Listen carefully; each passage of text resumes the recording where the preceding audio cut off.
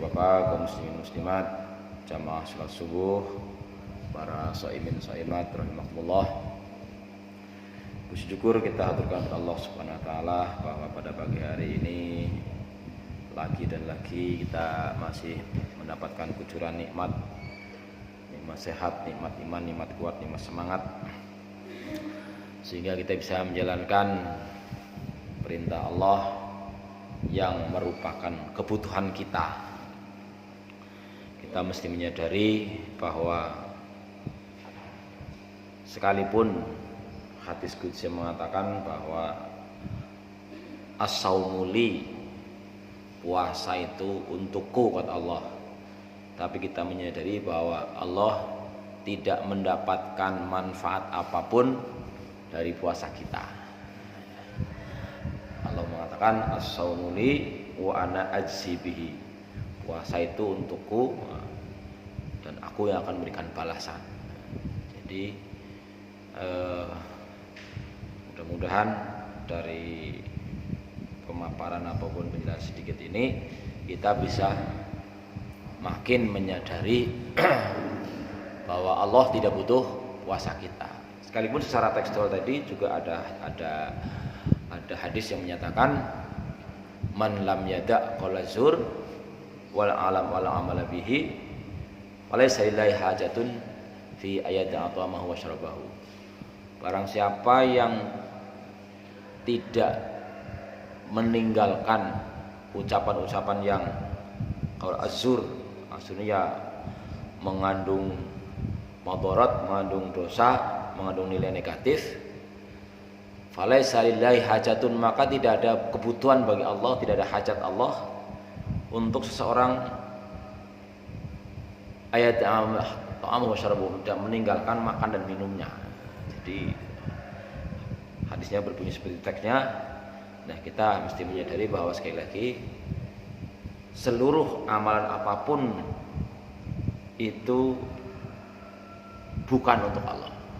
Maka jangan sampai seakan-akan, insya Allah sih tidak akan terucapkan, seakan-akan mengucap kawus Gusti Allah nyora puasa ya. Kawus enggak. Ya.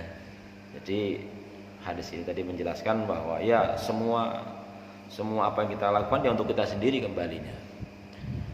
Terkait dengan puasa ya, memang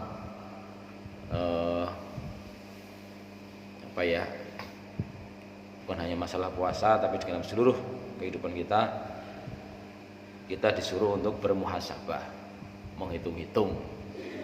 Di antaranya kemarin sudah kita bahas tentang sebuah hadis, sebuah doa yang merupakan jawaban atas permintaan sahabat Abu Bakar, yang kita sudah tahu Abu Bakar sedemikian baiknya, sedemikian hebatnya, sedemikian tingginya amalnya, tapi beliau masih minta doa yang akan dipraktikkan di sholat, yang doa itu merupakan pengakuan, suruh mengaku bahwa Abu Bakar masih punya banyak kedzaliman, masih melakukan kedzaliman. Ada pesan dari ibu, gue ditulislah, di copy, kan bisa hafal. Ya bolehlah nanti kalau ada kesempatan, mudah-mudahan kita diulang-ulang, insya Allah lama hafal. Mau diulang-ulang doanya kemarin ya. Ada udah hafal belum? Allahumma, ibu hafal nggak bu? Jarang ya, diulangi malah ya. Allahumma inni dzalamtu nafsi dzulman katsira. Allahumma inni dzalamtu nafsi dzulman katsira. Wa la yaghfiru dzunuba illa anta. Wa la yaghfiru dzunuba illa anta. Allahumma inni dzalamtu nafsi dzulman katsira wa la yaghfiru dzunuba illa anta.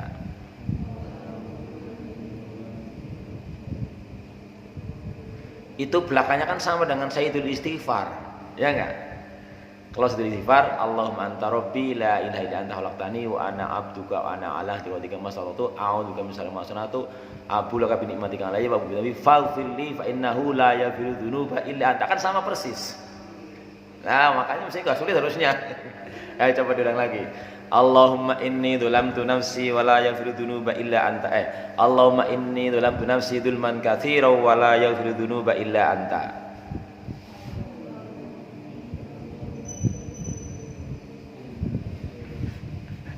Kelalaian. Jadi yang perlu penekanan hafalnya hanya sampai kata-kata dzulman katsira kan, karena kesananya itu sudah hafal. Allahumma inni dzulamtu nafsi dzulman katsira.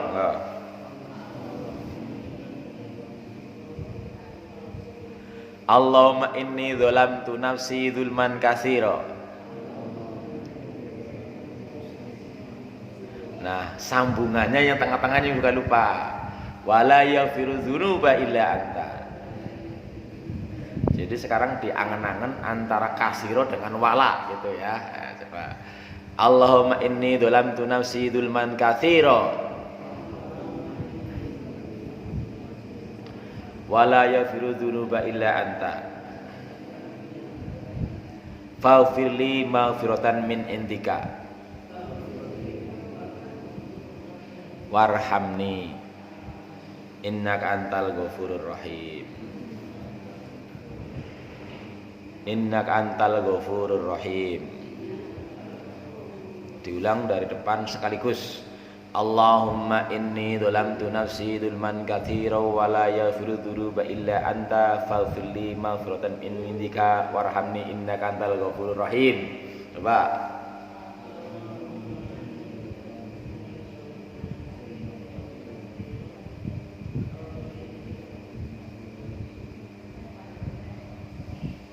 Faghfirli maghfiratan min indika. Ya insyaallah mudah-mudahan itu semua dituliskan lah. Nah, ada doa lain yang sama Ustaz Adi Hidayat ditekankan kalau kau pengen cantikan dalam menghafal gitu ya bahasanya ya. Kalau pengen dapat ilmu agama yang mendalam yang gampang itu adalah doa yang Rasulullah doakan. Jadi Rasulullah mendoakan Ibnu Abbas. Ibnu Abbas itu ponakannya. Itu doanya adalah kalau kepada Ibnu Abbas kan Rasulullah berdoa Allahumma faqihhu fiddin wa alimhu ta'wil. Pendek doanya itu. Tapi kalau untuk kita sendiri ya Allahumma faqihni fiddin wa alimni ta'wil. Itu yang pendek dulu lah coba. Allahumma faqihni fiddin wa alimni ta'wil. Apa ya langsung ya? Kalau ingin untuk anak-anak kita ya Allahumma faqih auladi fiddin wa alimhumut ta'wil. Ya kalau tidak pakai bahasa Arab nggak hafal ya kalau itu di luar sholat pakai bahasa apapun bisa. Yang mananya ya Allah pahamkanlah aku terhadap urusan agama serta ajarilah aku takwil. Takwil itu kemampuan memandang, menerjemahkan di luar yang tersurat gitu, yang tertulis. Jadi bahasanya ada yang melakukan tafsir, ada takwil itu makna dibalik kata-kata. Itu kan berarti cakupannya lebih luas lagi. Doanya pendek. Ya sering dibaca-baca di habis sholat, boleh dalam sholat juga nggak apa-apa. Tapi kalau dalam sholat harus pakai bahasa Arab. Allahumma faqihni fiddin. Coba diulangi. Allahumma faqihni fiddin wa 'allimni ta'wil. Langsung apa ya? Coba sekaligus. Allahumma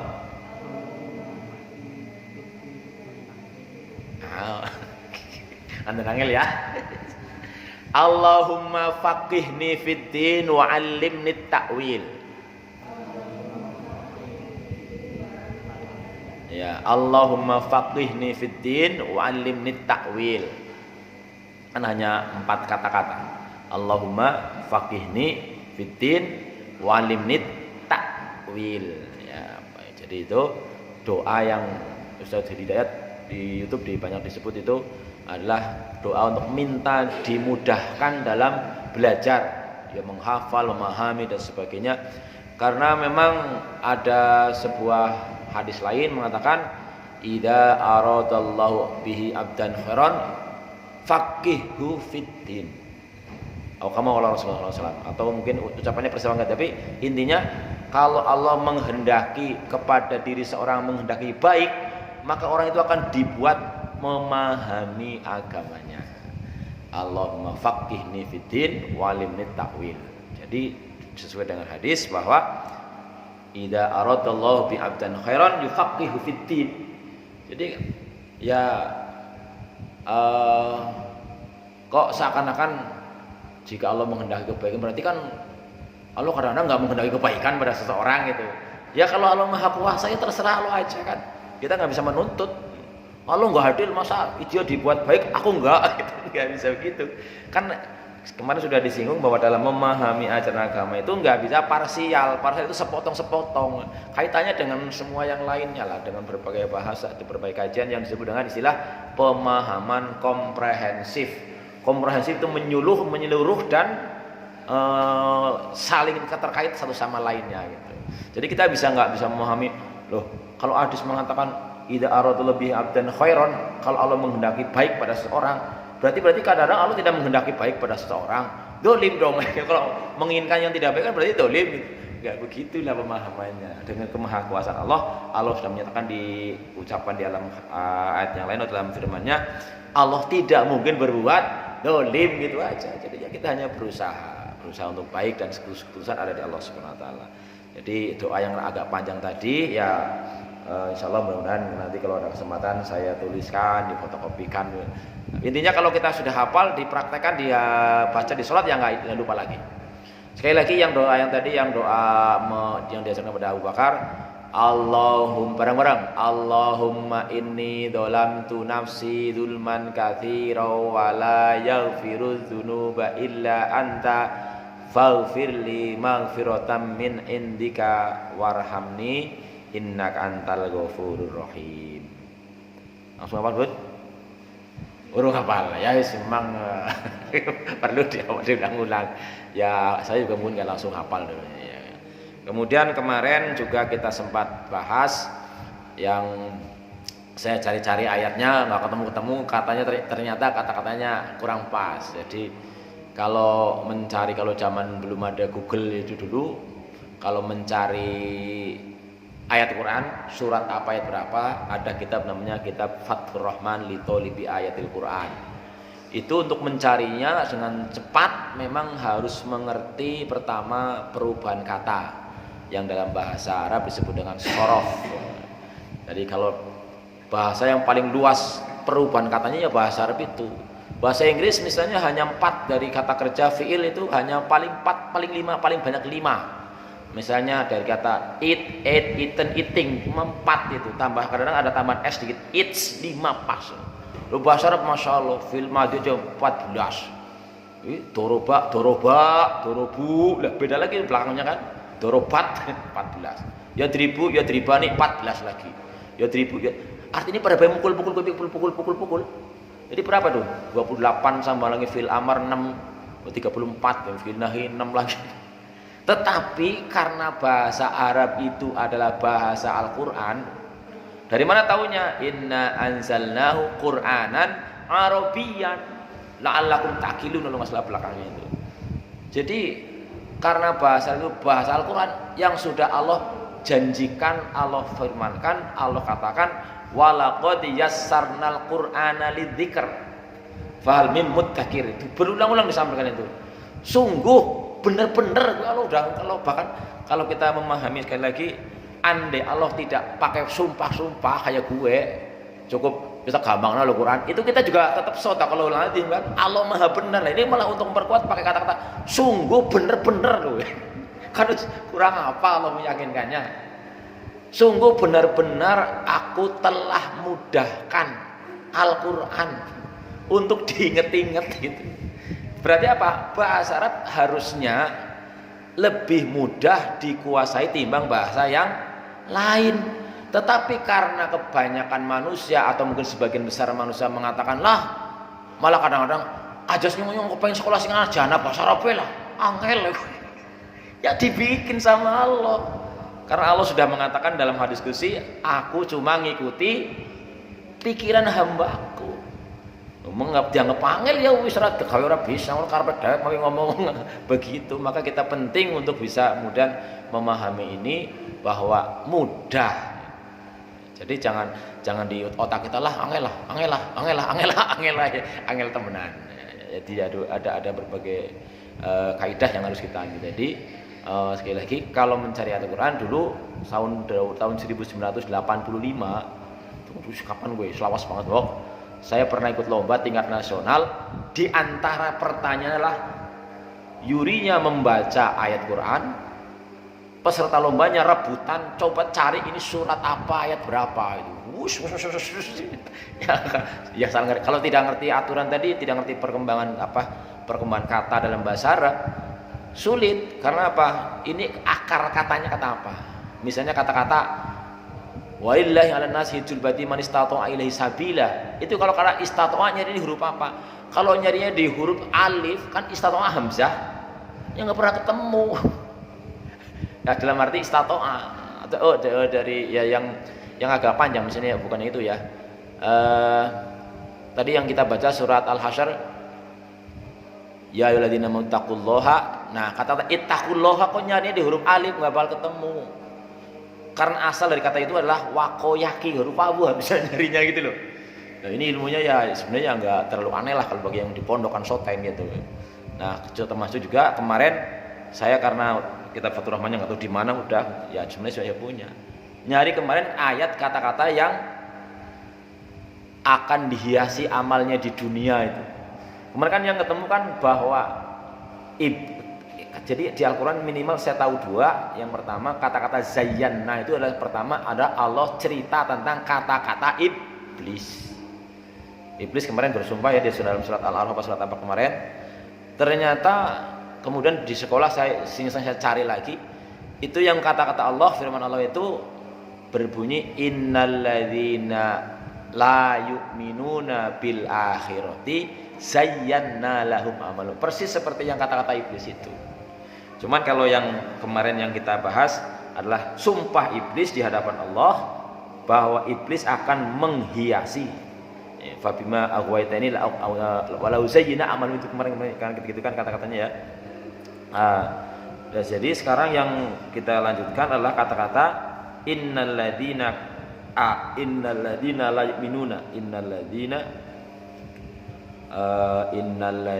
la yu'minuna bil akhir zayyana lahum ini karena udah pernah dicari kemarin itu ada dalam surat An-Naml ayat 4. Jadi dengan teknologi kita diuntungkan nggak perlu nyari kayak Google. Teman caranya kalau kita mencari di Google pakai HP ya tinggal di program keyboard yang ada pakai huruf Arabnya.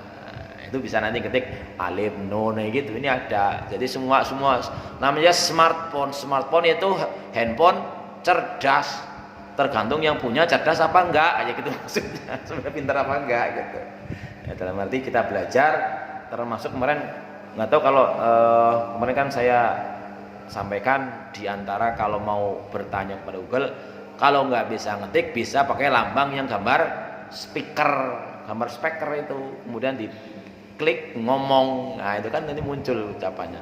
Tapi saya belum pernah coba kalau yang berbahasa Arab ini Google-nya bisa langsung menjawab apa enggak gitu. Tapi untuk ayat kemarin ini ketemu dalam surat An-Naml ayat 4 yang berbunyi innalladzina la yu'minuna bil akhirati zayyana lahum a'malahum. Bahwa sungguh orang-orang yang tidak mengimani akhirat ini karena ini ada dari awal-awal ya. Awalnya surat An-Naml itu Tosin. Ini kalau yang nggak tahu tajwid, meskipun udah khatam berkali-kali, bacanya Tosa. Itu kadang-kadang begitu. Ada nggak yang begitu? Banyak itu. Sudah hafal, sudah khatam tadarus Al-Quran, baca ngaji dari awal sampai akhir, tetapi pada huruf-huruf yang disebut dengan mad harfi, bacaan panjang jenisnya bentuk huruf. Banyak yang cuma bisa bacanya yang hafalnya yang alif lam mim sama yasin atau toha karena nuapal gitu. Maka antara hafal dan paham itu beda. Makanya kan doanya bukan ya Allah tambahilah ilmuku bila aku hafal. Rabbi zidni ilma warzuqni fahma. Sehingga kata fahma juga sepadan dengan kata faqih tadi, dipahamkan. Jadi kita tambahkan bahwa to dan sin itu yang satu ha ya to ha ro itu tajwidnya adalah mad harfi yang jenisnya mukhaffaf harfi, pendek gitu ya. Pendek ya paling hanya 2 huruf. Tapi kalau sin hurufnya a, na, ko, so, a, sa, lukum ada berapa itu? Ada 8 huruf itu. Jadi sin panjang seperti kata Yasin. Ya memang aneh ketika ada orang baca surat Yasin, Yasin, begitu surat Al-Mulk menjadi tosa ya gitu. Harusnya Madan mikir, kenapa ya orang Yasa tapi kok Yasin gitu. Jadi kan kalau otaknya Madan jelas kan mikir, iya ya Yasin anak kayak gini tapi orang dibaca Yasa, oh ya. Sehingga ketika ketemu sin yang lain di awal atau mafatihus suwar istilahnya di hadapan surat ya, awal surat, harusnya ya bukan tosa kan begitu. Itu karena hanya berdasar hafal akhirnya ya kurang begitu mendalam pemahaman. Jadi ayat An-Naml ini berawal dari tosin tilka ayatul Qur'ani wa kitabim mubin. Itulah adalah ayat Al-Qur'an dan kitab yang menjelaskan huda wa busra lil mu'minin, menjadi petunjuk dan kabar gembira bagi orang-orang mukmin. Alladzina yuqimuna sholata wa yutuna zakata wa hum bil akhirati hum yuqinun. Siapakah orang-orang mukmin itu? Yaitu orang-orang yang mendirikan salat dan membayarkan zakat dan mereka meyakini adanya akhirat. Kemarin sudah disinggung. Nah, ayat yang keempatnya innal ladzina la yu'minuna bil akhirati zayyana a'malahum fahum ya'mahun. Sungguh orang-orang yang tidak mengimani akhirat, maka akan kami hiaskan bagi mereka amal-amal mereka sedangkan mereka dalam keadaan buta. Apa itu buta? Butanya seperti apa? Ya kemarin seperti saya kirim ke YouTube, saya berjudul orang tidak taat tetapi hidupnya baik-baik saja. Orang melakukan kesalahan, melakukan perbuatan dosa, tapi hidupnya sama Allah dibuat nyaman-nyaman saja, bahkan kaya raya.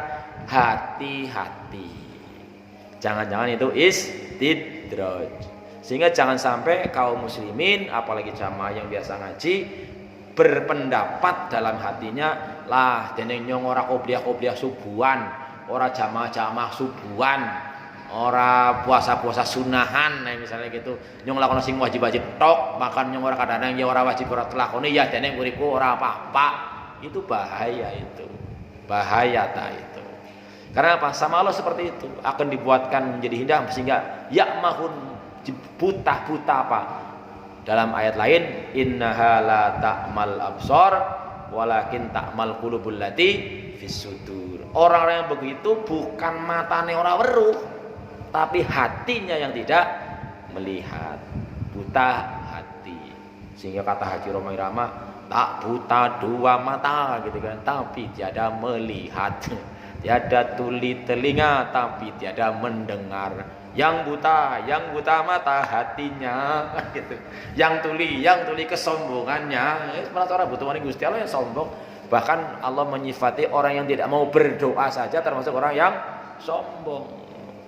Ya, innalladzina yastakbiruna an ibadati fasawfa yadkhuluna jannata fasawfa yadkhuluna jahannama dakhirin. Orang-orang yang tidak mau berdoa dikategorikan kategori yang sombong itu. Nah, ini kita memperdalam ayat ini bahwa meskipun seseorang mungkin tidak mengatakan ya, nyong orang ngomong kayak gue yo, tetapi kemudian yang disebut dengan iman kan bukan sekedar ucapan atau apa, tetapi adalah sampai kemudian praktek istilahnya.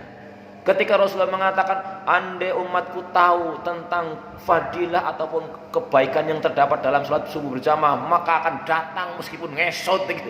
Sehingga berusaha seperti itu kan mestinya kan gitu. Dan sebagainya lah.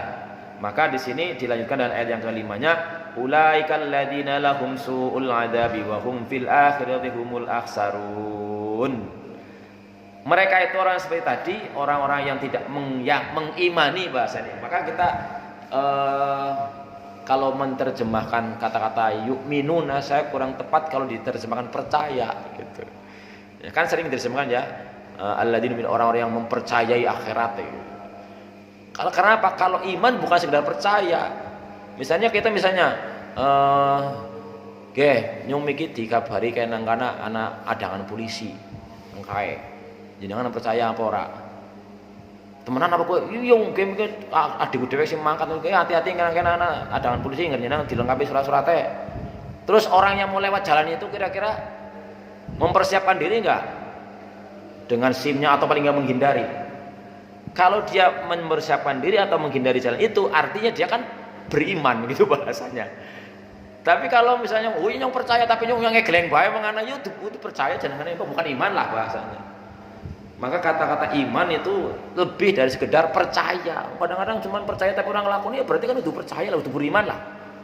Iman itu unsurnya hati, lisan dan tindakan itu iman. Saya disebut dengan mobilnya karena rodanya, orang rodanya itu mobil lah, batang mobil lebih mbok ini. Nah, ini tentang ayat yang mudah-mudahan bisa mengilhami, bisa mendorong hati kita untuk betul-betul bahwa yang namanya iman ya dilakoni gitu. Dan kemarin perintahnya adalah mastatatum semampu mungkin. Maka kemarin saya dapat tamu dari Karangsari itu yang di musola dekat puskesmas. Ya dia kelihatan orangnya visioner, masih muda, bercita-cita itu musola akan dijadikan masjid ke depannya gitu kan, di pinggir jalan ya, kajian-kajian ya. Sementara kalau hari Ahad sudah berjalan setiap hari Ahad, tapi jam habis sholat subuh langsung ada kajian-kajian dengan berbagai tema. Nah, kembali kepada yang kita bahas tadi, mudah-mudahan ini bisa mengilhami dan mendorong diri kita untuk kalaupun kita belum bisa melakukan yang Rasulullah ajarkan kebaikan itu, jangan sampai dilandasi sebuah pemikiran atau anggapan dalam hati deneng nyong orang apa-apa. Tapi makanya kita disuruh tadi dengan doa yang diajarkan kepada Abu Bakar, kita untuk jangankan kita gitu ya, untuk merasakan jangankan levelnya seperti kita di kamu yang mungkin pendidikannya sangat seperti ini, ilmunya seperti ini, Abu Bakar orang sedemikian baiknya, sedemikian hebatnya di hadapan Rasulullah Allah aja sudah masih disuruh mengaku banyak berbuat dolim, apalagi kita. Oleh karena itu kita perbanyak sayyidul istighfar, kita baca istighfar dalam berbagai redaksinya, astagfirullahaladzim, astagfirullahaladzim, dan sebagainya, kita sebanyak mungkin, karena Rasulullah pun mencontohkan bahwa Rasulullah tidak kurang dari 70 kali dalam sehari. Maka ketika kemarin Mbah Putri bertanya, gue nek maca sesuatu apike dihitung apa ora dihitung ya apike dihitung, men ngerti, dalam arti bahwa Rasulullah kan mengajarkan misalnya ketika dulu ada sekelompok orang-orang miskin datang kepada Rasulullah mengadu, wahai Rasulullah, enak yang ngedadi wong sugih, arep ngapa baik beribadah, dalam hari ini arep ibadah apa baik bisa. Itu jadi hebatnya generasi Rasulullah, memang mereka kalau mengetahui saudara atau temannya ibadahnya banyak, dia itu iri kepengin kayak gitu loh gitu. Nah, ini kan boleh. Ada hadis mengatakan la hasada illa fisnataini, tidak boleh orang iri kecuali terhadap dua hal. Iri dalam arti kepengin seperti yang orang lakukan itu, yaitu apa? Rajulun atahullahu ilman fanafa'ahu ilmuhu. Iri kepada orang yang Allah beri ilmu, kemudian orang itu bisa dan mau mengamalkan ilmunya. Yang kedua, rajulun atahullahu malan fasallatahu fi halqatihi fisabilillah. Orang yang diberi harta tetapi bahasa Jawane nyah-nyoh lah gampangannya itu. Maka orang-orang miskin pada protes, pada iri, pada unjuk rasa, pada mengadu pada Rasulullah, ya Rasulullah, kepenak yang ngomong sing pada sugi-sugi kayak bisa soleh sugi, bisa amal akeh banget lah kayak kita-kita ini kepriwen gitu kan. Dan itu juga perlu kita pahami bahwa orang-orang yang baik itu bukan orang yang kaya. Karena apa? Zaman Rasulullah ya semuanya ada, semua kategori manusia ada kan sampai kapanpun. Dan kita memahami kemarin sudah kita singgung yang namanya rezeki, katakanlah ya kalau Allah memang mau ya sesuatu yang sudah kain meh kecekel kok ternyata ucul gitu. Makanya kalau saya memahami sesuatu yang belum di tangan itu jangan dianggap 100%. Ge nyong esuk arep pulih anu arep diwehi arep cair sene lah anu urung ya jadi anggap 100% pokoknya. Karena apa? segala sesuatu yang belum terjadi bisa mengandung dua kemungkinan, bisa iya, bisa tidak, bisa jadi, bisa orang, kan begitu. Sehingga nanti ketika salah satu yang terjadi tidak kagetan bahasanya lah gitu. Nah, maka kemudian sama Rasulullah diajarkan, ya gini, kalian tak ajari suatu bacaan sing enteng banget tapi kuwi niline pada pengen sing sugih kae. Yaitu bacaan apa? Subhanallah, alhamdulillah, Allahu Akbar 33 kali setiap habis sholat. Nah, kemudian ternyata rahasia kemenangan wong sugih juga gitu kan. Lah wong sugih ini kemudian juga ngamal kadang-kadang banget lah habis sholat subhanallah alhamdulillah 33 kali masing-masing. Kemudian orang itu ada pada mengeluh lagi, wahai Rasulullah ternyata ini kemarin mungkin ya ada yang nanya dan sebagainya. Kami ngapa sih ini kepada unjuk rasa sama Rasulullah gini terus dibayar apa? Dibayar kayak gini. Wis nyong lah. Sehingga mereka iri mana ini Allah masa orang yang sugih-sugih melu ngamalnya juga lah itu pol-polane akhirnya ya wislah wala tatamannau ma faddalallahu ba'dukum ba'du. Ya kowe memang kudunya aja ngangen-ngangen bahwa sing kelebihan ataupun kelebihan lah yang diberikan Allah kepada orang lain, jangan kamu kayak gitu kok pengennya nyong kaya sidane mau ngayal tok tapi kemudian malah tidak bersyukur, kata-kata seperti itu. Ini jadi kalau ada pertanyaan bagaimana sebaiknya dihitung apa enggak, ya sebaiknya dihitung. Kalau misalnya sulit pakai tangan ya mungkin sambil nyapu megang tasbih apa juga bisa kan. Atau sekarang ada tasbih elektrik yang diselok ngaring driji klek itu juga bisa lah.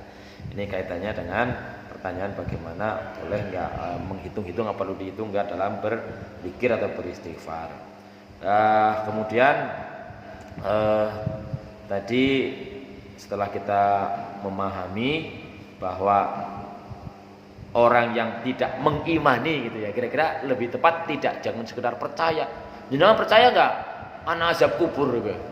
Lah ya percaya kok tapi tidak mempersiapkan bagaimana agar tidak diazab di kubur, ya berarti bukan beriman namanya kan. Kita diberitahu bahwa yang menyebabkanlah gampangnya diantaranya ada beberapa kisah nyata yang sudah kita ketahui. Pertama, yang menyebabkan menjadi wasilah nikmat kubur yang luar biasa. Pernah mendengar ceritanya yang di Yordania itu, yang orang penggali kubur menerima jasad mayat ke lubangnya, orang itu pingsan. Pernah ya? Apa kelalen? Allah sing pelalen sing pernah. Ada seorang biasa menggali kubur, kemudian suatu hari Allah akan menunjukkan, akan memperlihatkan nikmat kubur kepada manusia yang masih hidup gitu. Ya kita belum pernah ngalami, tapi kalau ini kisah nyata ya masuk akal saja, karena sekali-kali Allah akan bisa memperlihatkan barang yang gaib, umumnya gaib tapi Allah perlihatkan, yaitu bahwa ketika ada seorang penggali kubur, orangnya memang juga orang solih, kemudian ketika suatu hari dia mendapat pesanan menggali kubur dan menerima jenazah dari atas ke liang kubur, tiba-tiba dia pingsan. Di situ kan nggak sendirian, ada orang lain melihat bahwa orang ini kok pingsan. Dan itu menjadi heran orang yang melihatnya. Nah ngapa kau biasa nampani kayak minus sukir, biasa nampani mayat nang kuburan kau jik-jik pingsan, tentu bikin orang heran kan. Malah saya bersebut Herman, lebih dari heran gitu. Yang melihat hanya dia, lainnya tidak melihat. Cuman melihat bahwa dia pingsan gitu loh. Maka tentu yang melihat itu pada tanya, nah apa sih kamu mikir ikan dadak semaput? Biasa nampak jenazah kok. Jawabannya adalah nyong mikir diweruhi sesuatu yang belum pernah aku lihat, indahnya, bagusnya, masya Allah gitu, luar biasa gitu, sampai nyong kaget gitu. Jadi pingsan karena kaget tapi melihat sesuatu yang luar biasa bagusnya. Lalu kemudian dia bertanya kepada keluarga si jenazah, kepada ini ibunya ceritakan, Bu, itu putra jenengan anu kepriwe kok uripe kok. Deneng Gusti Allah kaya guli nyambut dan sebagainya. Ibunya karena selama ini mungkin merasa ya tidak luar biasa, ya biasa, anakku ya biasa bae lah, anakku ya cuman kayak ini guli pas ninggal dalam posisi dia sebagai pencari ilmu, lagi belajar sekolah ngaji dan sebagainya. Itu kan berarti sesuatu yang ditunjukkan tentang pahala orang yang semangat belajar gampangnya ditunjukkan setelah mati gitu. Kalau kita di dunia orang belajar kan ya masya Allah kesel ya sino ora apal-apal bolak-balik gitu. Bahkan kalau ada jenengan pernah mendengar kisah Ibnu Hajar yang terjemahnya Ibnu Hajar kan anak batu gitu. Itu gimana ceritanya dulu? Kemudian orang Ibnu Hajar itu anak batu lahir kang batu. Tapi ketika dia dalam posisi putus asa karena dalam arti bukan putus asa ya jelas dia merasa dene-dene nyong uteke bebel temen iki lho. Ngapalna ku wangele, ora apal-apal iki. Yang akhirnya kemudian dia diberi ilham oleh Allah melalui peristiwa di sebuah gua dia mendapati ada suara karena guanya gelap, suara air yang netes di atas batu. Batune suwe-suwe legok gitu loh. Ya kan banyu kayak ngapa lembute haluse tapi kok batu sing kayak dicotos piatos banget kok suwe-suwe legok kok. Menunjukkan bahwa akhirnya dia mendapatkan ilham bahwa insya Allah otakku jendela kayak apa kok nggak orang nyerah ya insya Allah suwe-suwe legok kayak watune bahasane lah. Itu akhirnya jadi ulama besar. Itu kisah ya walau alam tapi dapat diambil pelajaran ya seperti itulah kira-kira gitu. Ini kembali kepada cerita tentang Allah memperlihatkan nikmat kubur akan pahala ataupun balasan yang diberikan kepada seorang yang semangat belajar kemudian dia mati dalam kondisi sabilillah tadi seperti itu. Nah, kemudian ini kan berarti kan mengilhami kita untuk diri kita dan anak-anak agar ya sing semangat belajar, bersemangat menguasai pelajaran yang diajarkan. Karena saya melihat bahwa selama ini bingung saya mulang itu. Ki bocah kepriye kudune ya. Katanya jadi angger digaweni PR bener kabeh. Nang apa? Google iku lho. Tapi begitu tertahui nang sekolah ya ora bisa mani karena apa? Ilmu ini tinggalan Google cuma nulis tok sepisan. Ya balik kita tahu yang namanya tadi kita mengulang doa bolak-balik ora hafal sepisan tok gitu. Ini luar biasa sekarang maka kita tidak kaget bahwa generasi sekarang banyak bukan ya sebutnya tidak semua banyak yang sifat instan hanya mengandalkan Google jawabannya adalah Google KB tapi orang dilpung nang utak sampai kadang-kadang saya berikan sebuah gelewehan gue pengen ngerti ora carane men kuwi nang buku mlebu ngutak dibakar bukune sok guna gelas sok wedang diombe mlebu kabeh tuli mlebu wetang tapi ya itu ya modelnya kemarin sudah disinggung bahwa sebuah ilmu ya harus diulang-ulang. Nah, itu tadi sekali lagi tentang fadilahnya orang yang sedang belajar. Lalu beberapa hari kemudian ibu tadi pesan lagi untuk membuatkan tiang lahat dan kali ini dia tidak pingsan. Tetapi dia diperlihatkan oleh Allah pemandangan yang sama. Indahnya seperti yang pertama tadi, karena sudah kedua kalinya nggak pingsan. Lalu cuman dia tambah mantap sampai tanya lagi, Bu, nah kalau yang kemarin yang meninggal itu dalam keadaan belajar atau sekolah atau sedang mengajar atau menuntut ilmu, kalau yang ini tuh gimana ceritanya itu? Oh, kalau yang ini apalah lagi belajar juga enggak. Kalau ini kakaknya sih enggak sekolah, enggak belajar, tapi dia berusaha berjuang untuk nyekolahna adine gitu loh. Itu diberi pahala yang sama. Kenapa? Karena ya Allah juga menyatakan dalam hadis juga Rasulullah bahwa orang yang menunjukkan kepada kebaikan hanya bahkan menunjukkan ya man dalla ala khairin kafailihi. Siapa nudokna tok wis kaya sing nglakoni ganjarane sama.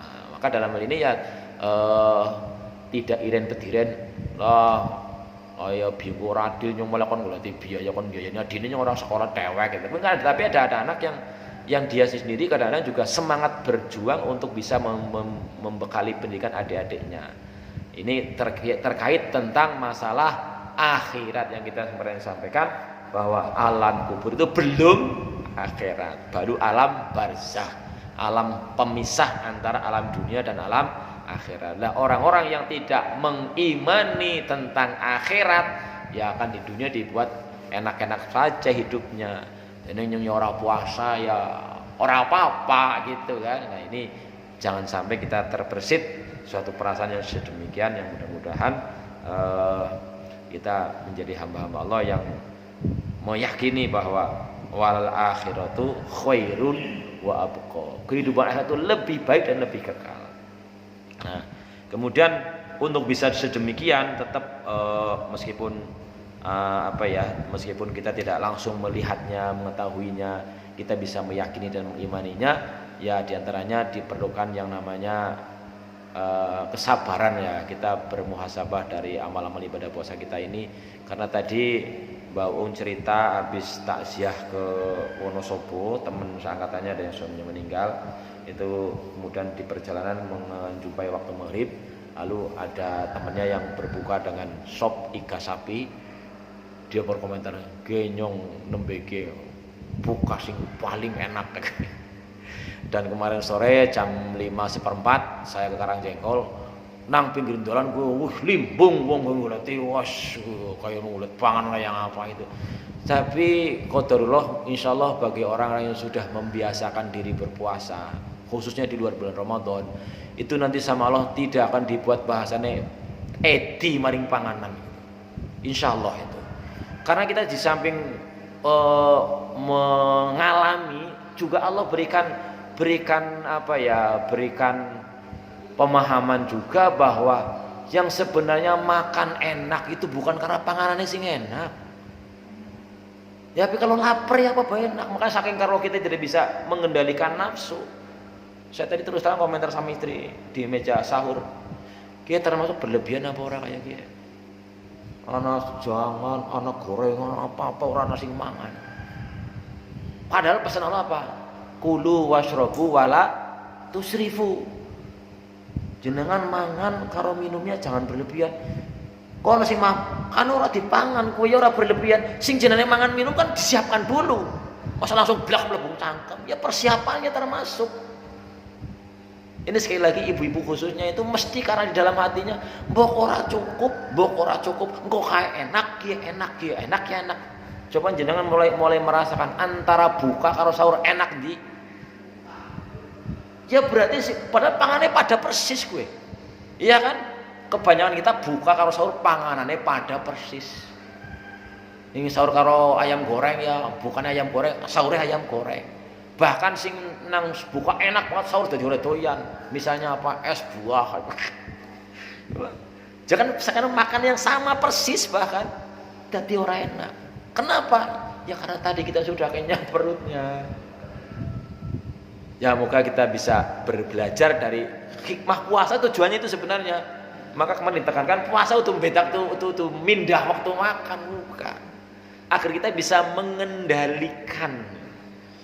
Dan ada aduwika ma baina jambaika. Yang tadi sempat browsing juga itu. Musuh kamu yang paling nyata. Musuhnya kita pirang-pirang kan. Musuhnya setan yang musuh juga. Setan ada di mana? Ada dalam diri kita, di aliran darah kita. Inna syaiton yajri min adam majrad dam fadayyiku bisaum. Setan itu berada di aliran darah kita, persempit dengan puasa gitu. Jangan ketika kita puasa setannya dapat dibelenggu, begitu buka setan yang belarang-belarang betul kabeh. Jadi monggo lah ini ibu-ibu khususnya yang menyiapkan makanan, mudah-mudahan tidak diilhami oleh perasaan mbok ora cukup kain kok enak gitu. Insyaallah, saya katakan insyaallah kalau kita udah terbiasa berpuasa selain di bulan Ramadan, Allah akan buat orang itu ora edian maring panganan. Insyaallah.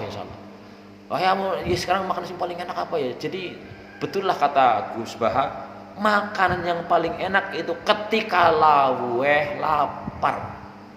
Wa idamuhul ju, laweh kencot gitu. Wis kenyang ya apa ora enak lah itu. Sehingga jangan sampai kita masuk kategori israf, berlebih-lebihan. Ini saya terus terang kadang-kadang sampai ya Allah ke arti pangan wetange ora medeng dimpekna pitik ya ora doyan ya paling gak sedekah paling semut atau paling bakteri kayak karangan.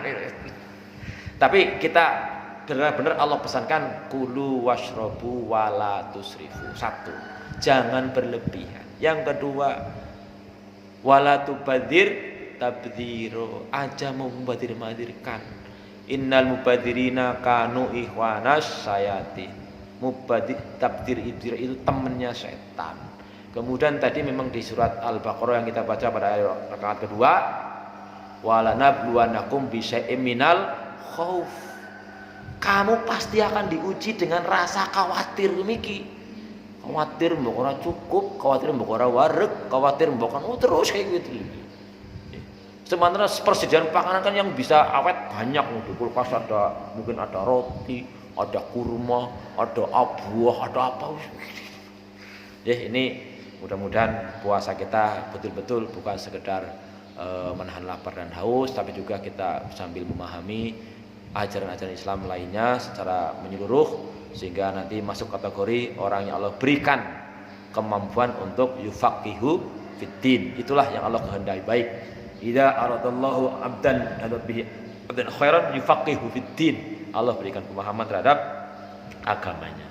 Barangkali itu garis bawahnya adalah satu, tentang masalah keimanan kepada akhirat. Jangan sampai terlintas jeneng-nyong ya orang kaya-kaya orang apa-apa gitu. Jangan sampai seperti itu. Tapi landasilah kalau kita pun belum bisa melaksanakan, bukan karena tidak mengimani, tapi karena memang kemampuan kepada sendiri, yang makanya selalu kita berdoa, Allahumma faqihhu fiddin wa alimni ta'wil. Kemudian juga tadi doa yang saya baca di awal, Allahumma inni as'aluka hubbaka.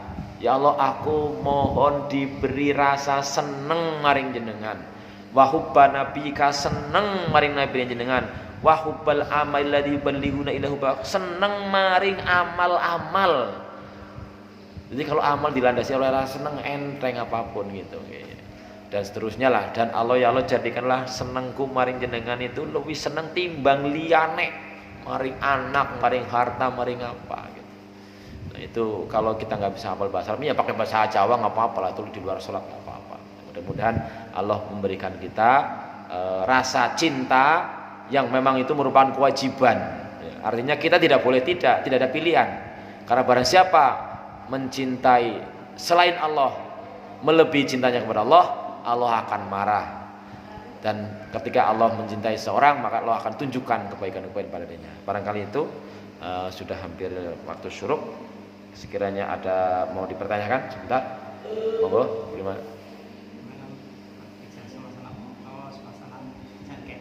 Tapi ada orang yang pasal takdir, maksudnya pasal takdir tanda kutip negatif, umpamanya seperti ini. Saya nggak puasa karena ini sudah takdir. Kalau Allah menakdirkan, kan saya bisa puasa. Iya. Gitu. Ada orang yang saya mengambil bukan sesuatu ini juga takdir karena Allah menakdirkan saya untuk mengambil itu, karena ada. Iya.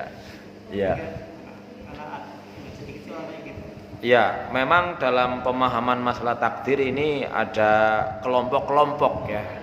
Ada istilah dalam kitab, dalam pelajar akidah akhlak, itu ada istilah kelompok Jabariyah, ada kelompok Qadariyah. Jabariyah itu yang berpahaman nyong ora bisa ngapa-ngapa. Gusti Allah sing nakdirna juga kaya mikir. Gue kabeh takdir Gusti Allah kiye gitu. Jadi, kayaknya kayak gini ditakdirkan Gusti Allah. Kira takdirkan kayak gitu. Kalau kelompok Qadariyah, nyong bebas apa bae nyong terserah nyong. Gusti Allah sih orang lah. Ini tentu kalau orang yang Ahlus Sunnah disebutnya adalah di tengah-tengahnya. Ya memang Allah itu mengikuti sangka hambanya. Tapi tidak berarti bahwa kalau lah nyong kene ora puasa takdir Gusti Allah, ngerti temen. Apa Allah ngomong hari jenengan takdire wis kowe takdirne ora usah puasa gitu. Lah jenengan apa orang kepengen menjadi baik gitu. Jadi pemahaman orang yang nyong ora puasa ki ya berarti takdir Gusti Allah, Allah kepengen yang nyong digawe puasa gitu. Nyong ora ge karena nyong ditakdirna Gusti Allah. Enggak bisa pemahaman seperti itu, menurut saya kurang tepat pemahamannya. Jangan sampai merasa bahwa kalau kita melakukan perbuatan dalam arti misalnya perbuatan jelek gampangane ya, orang puasa kan jelek lah, kemudian apa nyolong apa itu merasa Allah yang menakdirkan. Karena Allah sudah mengatakan bahwa Allah tidak bakal orang mungkin berbuat dolim gitu. Ya berarti awake dhewe gitu. Di samping itu juga Allah mengikuti sangka hambanya, gampangnya seperti itu. Itu tidak bersangka bahwa oke Allah. Kalau nyangka kan yang belum terjadi. Dalam arti kayak nyong masuk katone ki angel kayak ya Allah kowe urung terjadi. Tapi ketika sudah terjadi, kayak nyong ora puasa lah, anu ditakdirna ora puasa. Ya enggak pas seperti itu. Karena kita diperintahkan kita untuk semaksimal mungkin. Maka ketika ada orang ditanya, ada sahabat ditanya, takwa itu kayak apa sih? Kayak nek angel jenengan nggambarnane ki angel, takwa kowe bisa kayak jenengan melakukan nang kana ki akeri paling geletak kowe. Kira-kira mlakune nganyak apa minggring-minggring hati-hati kowe takwa. Ini urusan aja lah. Onyo anu ditakdirna ngerti temen Gusti Allah mau lebih hebat lebih ngerti timbang Gusti Allah apa itu. Ya pemahaman itu tentu tidak tepat lah. Ya jadi ya harusnya ya orang berusaha semaksimal mungkin. Kalau kemudian baru setelah berusaha semaksimal mungkin kok kemudian tidak berhasil, itulah letak nanti di situ katalah takdir Allah. Kira-kira seperti itu. Gitu ya. Wallahu alam, sudah cukup siang, kita akhiri dengan kafaratul majlis. Subhanakallahumma wa bihamdika asyhadu an la ilaha illa anta astaghfiruka wa atubu ilaik. Assalamualaikum warahmatullahi wabarakatuh.